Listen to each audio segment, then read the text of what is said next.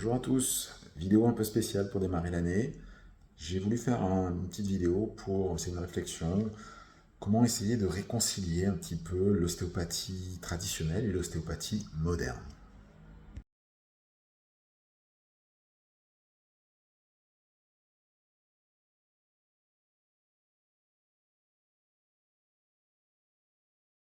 Alors on a ces deux tendances aujourd'hui, un petit peu d'opposition entre l'ostéopathie traditionnelle, plus proche d'Andrew Taylor Still, et de certains concepts plus body, mind, spirit, et une approche plus moderne, plus evidence-based, basée sur les preuves. Et donc j'ai eu cette réflexion, est-ce on cherche sans arrêt à les opposer, mais je pense qu'on peut les réconcilier. Principalement, si on regarde l'approche traditionnelle, bon, il y a surtout trois grandes choses qui ressortent. Bon, le corps est une unité où structure et fonction sont intimement liées. Ça, c'est OK. Le corps possède des capacités d'auto-guérison que l'ostéopathe aide, entre guillemets, à activer. Et trois, c'est une médecine manuelle qui privilégie l'écoute du corps par le toucher. Ça, c'est vraiment ce qui caractérise le plus, je pense, l'approche traditionnaliste. L'approche moderne, elle s'appuie plus sur les avancées scientifiques, neurosciences, biomécanique, médecine basée sur les preuves, vraiment les essais cliniques qui ont été prouvés, l'utilisation d'outils de diagnostic modernes, notamment IRM, tout ce qui est imagerie, scanner, arthroscanner, arthro-IRM, EMG, tout ça. Et trois, elle a une approche qui est beaucoup plus interdisciplinaire, intégrant la collaboration avec d'autres professionnels de santé. Alors, j'ai remarqué que le point de tension entre les deux approches, c'était déjà la vision du diagnostic. Voilà. D'un côté, vous avez les traditionalistes qui privilégient une évaluation tactile, holistique, alors que les modernes, eux, vont plutôt utiliser des outils diagnostiques et des classifications médicales. Ensuite, en deux, vous avez la place de la science. Voilà. Certains traditionalistes rejettent l'idée que l'ostéopathie doit être validée par des études scientifiques. Voilà, ils rejettent. Alors qu'au contraire, les modernes, eux, insistent sur le fait qu'on doit prouver ce qu'on fait. On doit avoir une médecine fondée sur les preuves. Et après, c'est par rapport aux techniques utilisées. J'ai remarqué que les traditionalistes favorisent plus les techniques manuels classiques, alors que les modernes adoptent parfois des outils technologiques ou des protocoles plus spécifiques. N'hésite pas à utiliser par exemple l'échographie musculo-squelettique ou d'autres outils. Bon, même si légalement on n'a pas le droit d'utiliser des outils, mais comme des ventouses, des trucs comme ça. Voilà, je trouve ces points-là surtout qui font qu'il y a des tensions entre les deux. Pour réconcilier les deux, comment faire? Bon, encore une fois, je n'ai pas la solution, c'est une idée. Euh, c'est important déjà de reconnaître les forces respectives de chaque approche. Elles ne sont pas mutuellement exclusives. Les deux ont des avantages et des inconvénients. Déjà, bon, les principes fondateurs. Alors, je ne sais pas pourquoi, il y en a qui en font des débats de fous. Mais bon, les principes de globalité, ben oui, le corps humain, on va dire, un ensemble qui est composé de plusieurs systèmes, qui est plus que la somme de chaque système.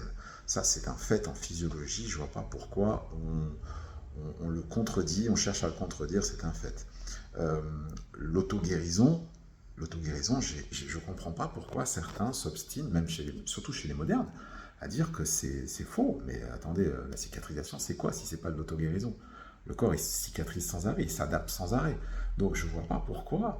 L'homéostasie, c'est des concepts quand même qui sont éprouvés, les concepts d'homéostasie. Donc l'auto-guérison, pour moi, c'est une évidence aussi physiologique. Certains veulent casser l'ostéopathie en disant c'est faux, les principes d'auto-guérison sont faux. Si c'était faux, on serait plus là. La sélection naturelle aurait fait l'extermination de l'être humain. Mais bon, ça pour moi, c'est même pas besoin enfin bref. Ensuite, il y a la relation structure-fonction. Ça aussi, je veux dire, c'est d'une pertinence quand même incontestable. Maintenant, il peut y avoir encore une fois interaction entre la structure et la fonction dans un sens ou dans l'autre.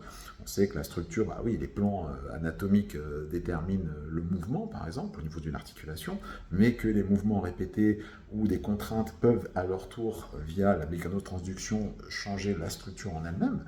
Ça, c'est après la loi de Wolff pour l'os ou les tendons, tout ça, enfin bref.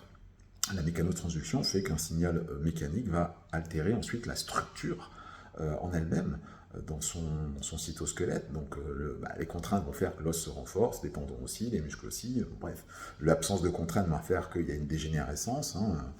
Par exemple l'arthrose, qui est beaucoup plus une pathologie de sous-sollicitation que sur-sollicitation. Enfin bref, ça c'est on va dire, les principes fondateurs à ce niveau-là, je trouve, on ne peut pas les nier. Après, comment intégrer la science, là je m'adresse plus aux traditionalistes, comment intégrer la science sans renier la tradition. Bon, la recherche scientifique, elle peut, quoi qu'il arrive, enrichir la recherche, la pratique ostéopathique, parce qu'elle va valider certaines techniques et elle va surtout offrir de nouvelles perspectives. Alors, certes, la méthode scientifique n'est pas la meilleure méthode pour innover. L'invention humaine, l'intuition a toujours sa place.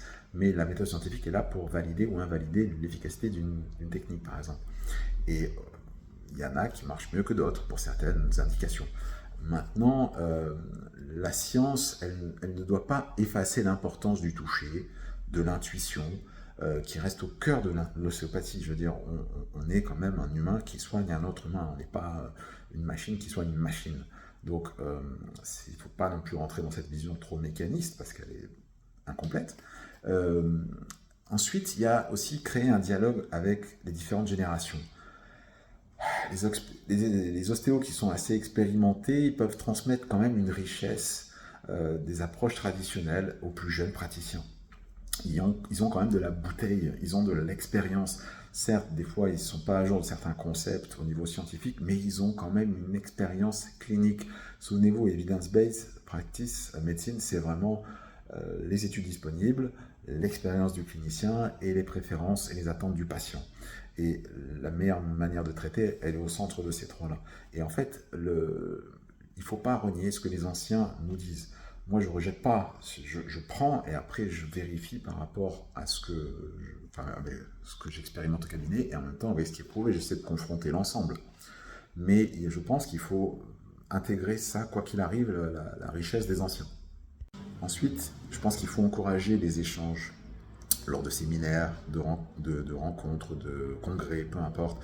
Il faut qu'il y ait un échange entre les différents intervenants, peu importe les écoles, certaines croyances ou pas, peu importe. Il faut que chacun puisse exprimer son point de vue, mais par contre, il faut aussi quand même justifier un minimum et pas dire oui, mais moi, ça marche en cabinet comme ça, alors je fais comme ça, et puis voilà, c'est la seule manière de faire. Non. Faut rester ouvert. C'est les échanges en essayant de rester ouvert. Et c'est pas facile, mais je pense que c'est un moyen aussi. Après, vous me direz quelles sont les différences vraiment quand on traite. Alors, j'ai pu observer des ostéos anciens avec des vieux concepts, mais quand même, quand je les voyais traiter, je les voyais diagnostiquer d'abord. C'était très palpatoire. Par exemple, une douleur d'épaule. Voilà, je prends des choses très concrètes.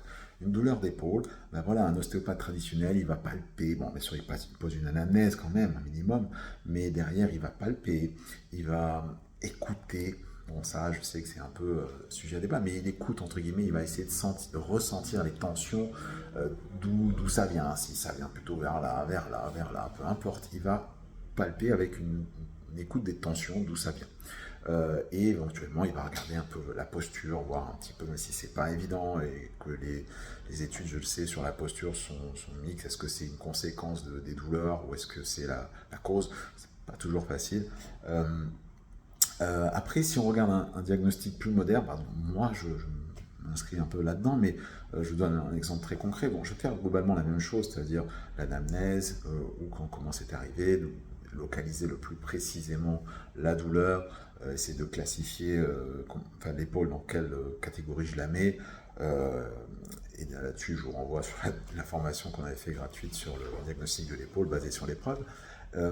Mais je vais ensuite faire ce qu'on appelle une procédure de modification des symptômes, c'est-à-dire le mouvement qui est douloureux, je vais voir si, en fonction de, je mets mon appui, j'assiste le mouvement sur telle articulation ou quoi, je vais faciliter le mouvement, ça m'indiquera que je vais travailler plus ou moins telle zone, c'est ce qu'on appelle donc procédure de modification des symptômes.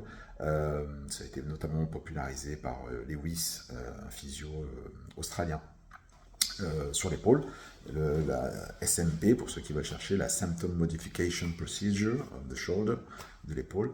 Et ça, c'est bon, c'est basé sur l'épreuve parce que ce qu'on sait aujourd'hui, c'est que les tests de provocation de douleur, que ce soit musculaire, articulaire, sont les plus fiables inter-examinateurs, c'est-à-dire entre plusieurs examinateurs, on aura plus ou moins les mêmes résultats. Alors que juste la palpation d'écoute, on n'aura pas forcément les mêmes résultats, et c'est là que le bas blesse. Bref, après, éventuellement, on peut aussi, en approche moderne, bien sûr, on tient compte de tous les examens, même si on fait très attention aussi au fait qu'il n'y a pas forcément de corrélation anatomopathologique entre ce qu'on peut voir sur une IRM ou une échographie de l'épaule, des muscles de l'épaule, et la clinique. On soigne avant tout un patient et pas une imagerie, mais on s'en sert comme complément. Et bien sûr, après, on essaye surtout de compléter systématiquement par des exercices, des thérapies actives, parce qu'on sait que c'est en mixant hands-on et hands-off, donc les thérapies actives, thérapie manuelle, pardon, passive, plus thérapie active, exercice, c'est là où on a les meilleurs résultats. Donc, toujours basé sur des protocoles plus ou moins vérifiés pour telle ou telle pathologie. Après, je trouve que personnellement, vous pouvez très bien combiner les deux. Rien ne vous empêche, et ça m'arrive, je me plaiderai coupable là-dessus, mais sur une épaule, par exemple, ça m'arrive aussi de voir si, par une écoute, j'obtiens les mêmes pistes que ma procédure de modification des symptômes. Et parfois oui, et parfois non. Mais je vais quand même parfois essayer, et je vais toujours me baser quand même sur ce qui améliore, sur la clinique. Voilà, sur les tests de douleur, c'est ça qui l'emporte. C'est jamais une palpation qui va valider ou invalider mon traitement. C'est les tests de provocation de douleur, c'est le mouvement douloureux, la fonction du patient, est-ce qu'elle est améliorée ou pas. Si elle n'est pas améliorée, j'ai pas fini mon boulot ou j'ai mal fait mon boulot. Après, ce qu'il faut comprendre, c'est que les deux, au final, ont le même objectif, c'est-à-dire la santé du patient, le bien-être du patient. Et ça, c'est ça quelque part qu'il ne faut pas oublier, c'est qu'on a tous le même objectif en tant que thérapeute. On veut le bien-être de nos patients, on veut les aider, on veut soulager leur douleur et les aider à bouger mieux, à se sentir mieux dans leur corps et à prendre plus soin de leur santé. Ça reste ça le but final de chacun. Personnellement, je pense qu'on peut faire effectivement, on peut respecter les deux dans le sens où on peut rester fidèle aux principes, aux valeurs de l'ostéopathie qui sont une pratique manuelle. Oui, on soigne quand même à la base, les gens ils viennent nous voir pour un soin du corps par le corps et respectueuse du corps, de son fonctionnement global, toujours prendre un peu bien sûr l'ensemble de l'individu, pas juste le bout de viande. Donc ça, c'est comprendre aussi qu'on soigne un humain. Après, tenir compte bien sûr de tous les facteurs psychosociaux. Bon, ça, c'est prendre la globalité de l'humain. Ça, c'est un des principes de l'ostéopathie, qu'on soit finalement traditionnel ou moderne. Je pense que c'est la même chose. Par contre, mon message plus pour les traditionnels, il faut vraiment s'ouvrir, intégrer les avancées scientifiques et vraiment pour offrir des traitements plus efficaces. Parce que, encore une fois, si votre souhait est de prendre le plus soin possible de vos patients, ça vous fera progresser, croyez-moi. Et c'est pas un aveu de faiblesse de se dire, tiens, je me demande si j'ai pas tort en faisant ça, j'ai toujours fait comme ça, mais peut-être qu'il y a mieux, peut-être que je vais avoir de meilleurs résultats si je prends peut-être le patient différemment, ou tiens, je vais m'inscrire dans un séminaire qui approfondit un peu ça, parce que je trouve que j'ai pas des super résultats sur telle ou telle prise en charge.